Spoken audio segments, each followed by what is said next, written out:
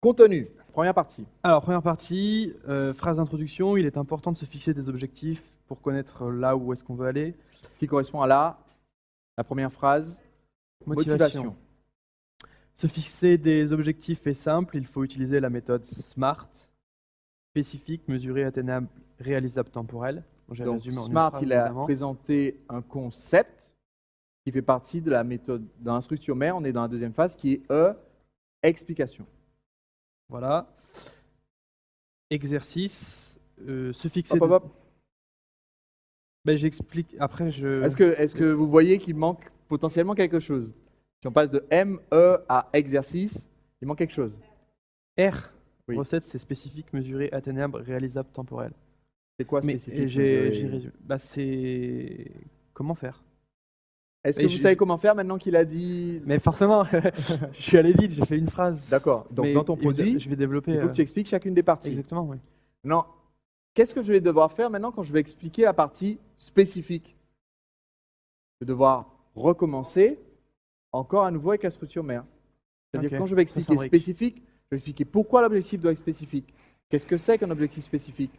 Comment faire un objectif spécifique? 3 exemples d'objectifs spécifiques. Et D'accord. je vais devoir le faire ensuite avec le M, le A, le R et le T. Je note. Rien que pour ça, tu as un produit de 2 heures déjà. Hein. Ouais. Ok. Ensuite, Et donc l'exercice, fixez-vous des objectifs selon la méthode SMART, avec par exemple un PDF que je peux fournir avec le spécifique et votre objectif. ok. Alors, quelle est la première étape de la méthode SMART? Le premier mot, spécifique. Maintenant, voyons l'exercice. Fixez-vous des objectifs avec la méthode SMART. Pour moi, il y a un endroit où ton exercice manque de spécificité. Alors, une idée? D'ailleurs, on va utiliser ton idée. On va utiliser, j'aime bien, tu sais ce que j'aime bien? C'est que tu m'as donné SMART. Et on va l'utiliser pour nos exercices. Je vais m'en servir pour donner quelques exemples de façon dont concevoir les exercices dans votre produit d'information ou ce que vous avez proposé de faire à la suite de votre enseignement. Premièrement, il faut que ça soit spécifique. Ce qui m'embête, c'est que tu as juste dit, fixez-vous des objectifs. Un objectif. Ok. Votre objectif principal. Donc ici, je vais me fixer, disons, un objectif. Un objectif. Pourquoi est-ce que je ne me fixe pas tout de suite 4 ou 7 objectifs? C'est trop C'est trop, parce que dans mon produit, j'en suis où? au début. Et donc mon exercice doit être de préférence Innocent. au début. C'est-à-dire que ça doit être quelque chose qui vient tout de suite. C'est juste pour apprendre aux gens à faire ce que tu leur dis de faire. Ouais. Si je fais un produit complet, si je fais un DVD ou un cours ou même un livre, je vais proposer un premier exercice où je dis faites un objectif avec la méthode SMART. Plus tard, un peu plus loin, dans une page d'application, je vais dire maintenant regardez votre objectif et vérifiez. Posez-vous la question, est-ce qu'il est spécifique? Est-ce qu'il est ceci? Est-ce qu'il est cela? Et là, je vais dire maintenant corrigez votre exercice. Donc là, ce que je leur dis de faire est un peu plus avancé. Et ensuite, je vais pouvoir leur dire un peu plus loin ou vers la fin du bouquin, maintenant vous connaissez la méthode, vous avez pris confiance en vous, il est temps de redéfinir toute votre vie et vous pouvez fixer les 90 objectifs que vous allez accomplir dans les 9 mois qui viennent. Et là, hop, ça vient plus facilement. Ok. Donc, Un vos objectif. objectifs doivent être, les exercices que vous donnez à vos clients doivent être spécifiques. J'aime beaucoup le modèle SMART parce que ça marche très bien pour les exercices. Quelle est la deuxième partie de la méthode SMART? Mesurable. Pourquoi est-ce que quand je me fixe un objectif, il doit être mesurable? Pouvoir savoir où est-ce qu'on en est dans l'avancement de Pour l'objectif. savoir où j'en suis dans mon avancement. Maintenant, si je donne à un client un objectif, c'est-à-dire un exercice à réaliser, est-ce que c'est un plus pour lui d'avoir un exercice où il sait, bon ben voilà, j'en suis à peu près à la moitié? Oui. Parce que je sais où j'en suis, donc je sens que je progresse. Donc ici, comment est-ce qu'on peut rendre ton exercice mesurable? Pareil avec un chiffre, avec le 1. Vous, un objectif mesurable. D'accord. Ce que je vais faire aussi pour que mon client puisse voir son avancement au fur et à mesure de cet exercice, et ce que je vous recommande de faire, c'est facile à faire avec un produit d'information. S'il y a 5 cases à remplir, ça ne coûte rien d'ouvrir Microsoft Word et de créer un document avec 5 lignes, avec spécifique, mesurable, machin, chouette. Et comme ça, quand le client remplit, il sait, voilà, j'en suis à 20% parce que j'ai rempli une case sur les 5. Ok. D'accord? Pour rendre un exercice dans un produit d'information mesurable, on va en général utiliser un support. Et ce support, très souvent, va être numéroté. Je vais vous demander de mettre votre chapeau de formateur. Vous voyez que depuis tout à l'heure, ne serait-ce que dans mon explication, j'ai à nouveau expliqué pourquoi est-ce qu'on a utilisé Model Smart pour l'exercice, que ça va être utile. C'est pour ça que j'ai choisi aussi, entre autres, parce que ça me permettait de faire cet exemple. Et vous savez déjà à l'avance qu'on va jusqu'à la lettre T. Donc, vous savez dans quelle direction on va, où est-ce qu'on en est quand on arrête. Puisque dans un instant, on va faire une courte pause. À quel moment, s'il vous plaît? Dans un instant. Et donc, on ne peut pas partir en pause. Si j'écris juste SM, déjà si j'écris juste SM, il y en a qui vont faire des mauvaises blagues. Et si j'ai juste écrit SM sur le tableau et que je dis on va finir après, vous ne savez pas si on écrit le mot smart ou smorgasbord. Donc, vous ne savez pas à quoi vous attendre en revenant. On continue. Mon objectif, s'il est smart, il doit être atteignable. Qu'est-ce que c'est qu'un objectif atteignable? Un objectif qui est... Non. On confond souvent les deux. Qui ne dépend pas de nous. Un objectif atteignable, c'est un objectif pour lequel on peut enfin un jour dire « je l'ai atteint ». C'est-à-dire, je peux me lever un matin, évaluer ma progression et je peux réellement être à 100%. Si je dis « je veux être parfait dans ma façon de jouer le violon », quelles sont mes chances un jour d'atteindre cet objectif à 100%? 0. Je dis, je veux être parfait en marketing. Je veux tout savoir sur le marketing. Quelles sont mes chances d'atteindre cet objectif? 0. Je ne peux pas tout savoir.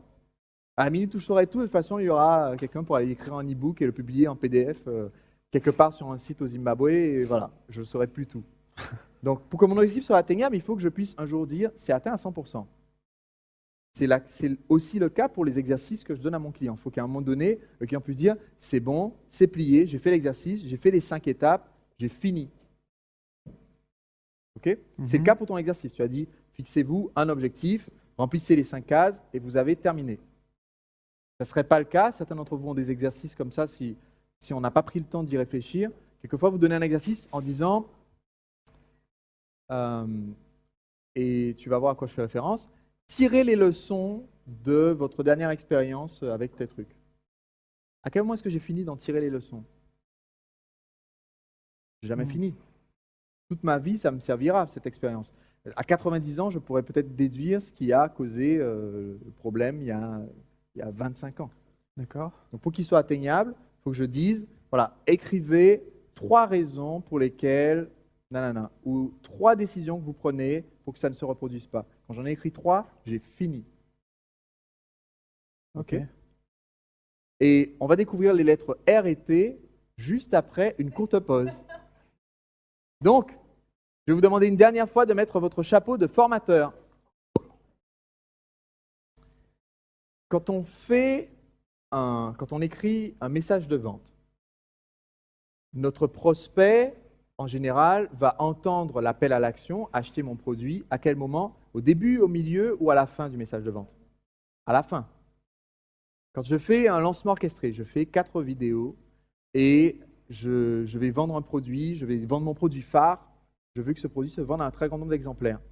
Je vais faire la vidéo de vente au début, au milieu ou à la fin de mon message? À la fin. À la fin. Sur les 4 vidéos, ça sera la 4e. Donc, si je veux qu'un jour mon prospect arrive à la fin et achète le produit, ou en l'occurrence, si je veux que mon prospect finisse de suivre le cours et fasse ce que je lui dis de faire,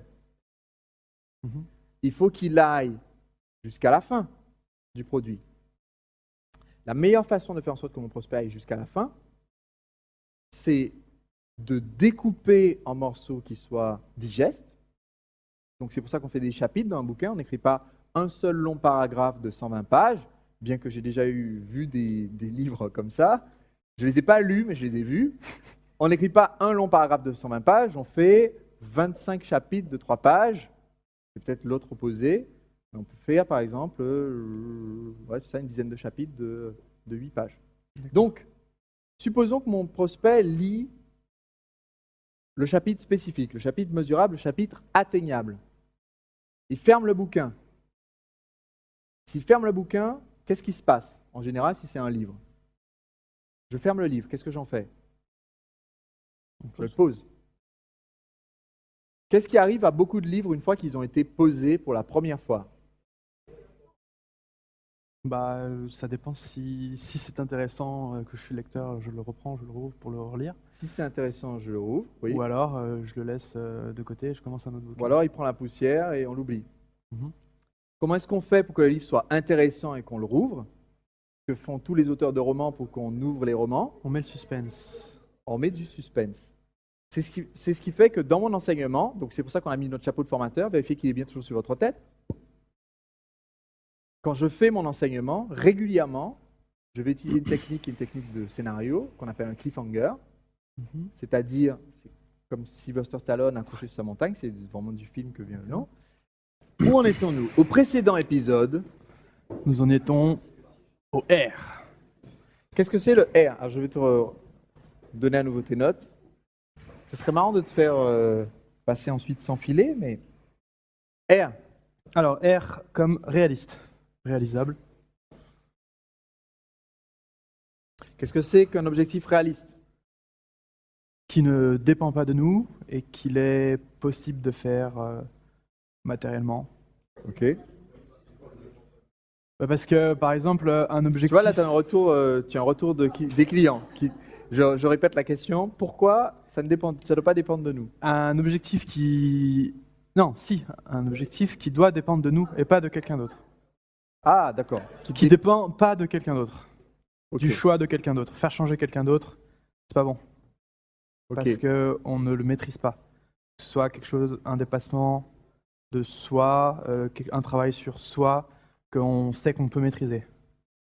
On va donner un exemple d'un objectif qui soit réaliste et qui soit non réaliste. Supposons que je veuille devenir, on a parlé d'interview hier, je veux devenir un champion de l'interview. Un objectif qui ne répond pas à ta définition, qui n'est pas réaliste, c'est de dire, mon premier objectif, c'est de réussir à interviewer spécifiquement telle personne. Il ne va pas être considéré comme réaliste parce que, dans ma définition, si cette personne-là dit non, je n'atteins pas mon objectif et je n'avance plus. Voilà. Si je dis par contre, mon objectif, c'est je veux réussir à faire une interview, ou une interview qui soit intéressante, ou je veux faire 25 propositions d'interview et que je vais envoyer à 25 experts, là, l'objectif dépend que de moi, c'est mon boulot. Après, l'univers me renvoie ce que l'univers veut me renvoyer. Mais si je dis dans mon objectif, bah, ça m'est arrivé récemment, j'ai reçu une proposition de partenariat, c'était salut, écoute, on a un super plan marketing, il suffit pour vendre notre produit, si tu fais la promo, on va le vendre. Et voilà, donc maintenant, la balle est dans ton camp. J'ai dit, ben, je la garde pour le moment. Et puis voilà, si comme objectif réaliste, c'est je vais réussir mon entreprise une fois qu'un tel aura fait le boulot, c'est risqué comme objectif.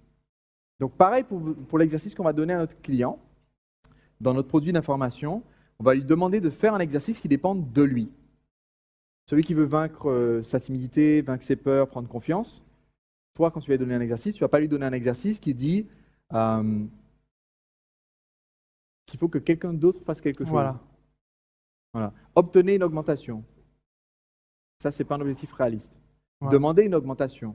C'est un objectif réaliste. D'accord? Il faut que ça dépende de son propre travail.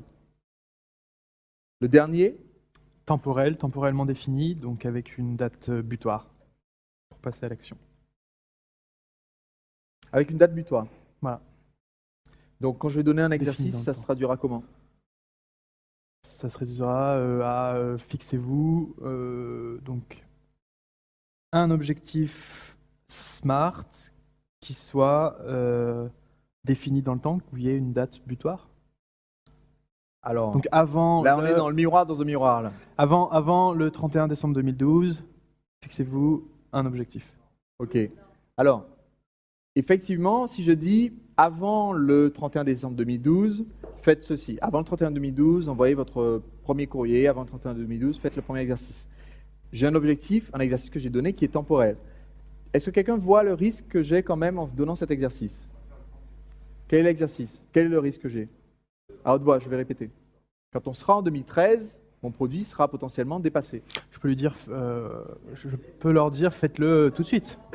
Je peux leur dire, faites-le tout de suite. Peut-être pas dans un instant, c'est peut-être pas assez précis, mais de toute façon, c'est pas quelque chose qui se fait en 6 mois, donc je peux leur dire, mettez la vidéo en pause et définissez votre objectif maintenant.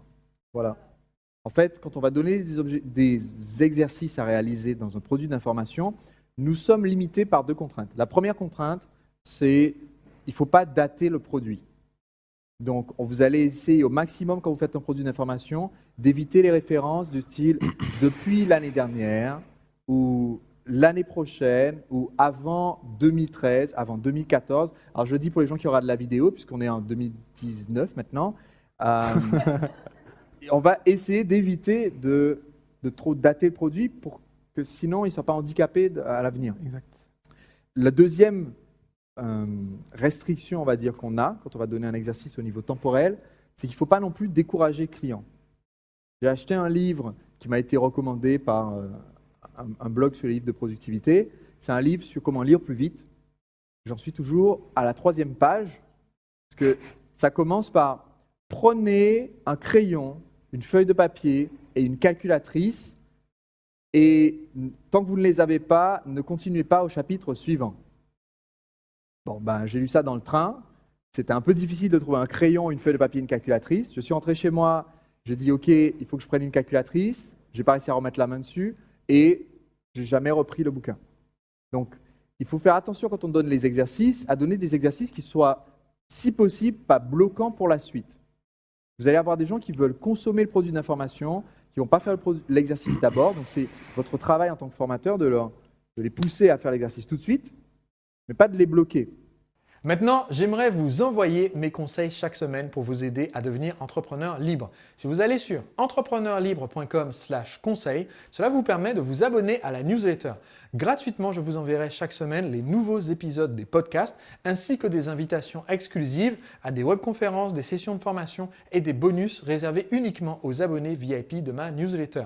Allez maintenant sur entrepreneurlibre.com/conseil.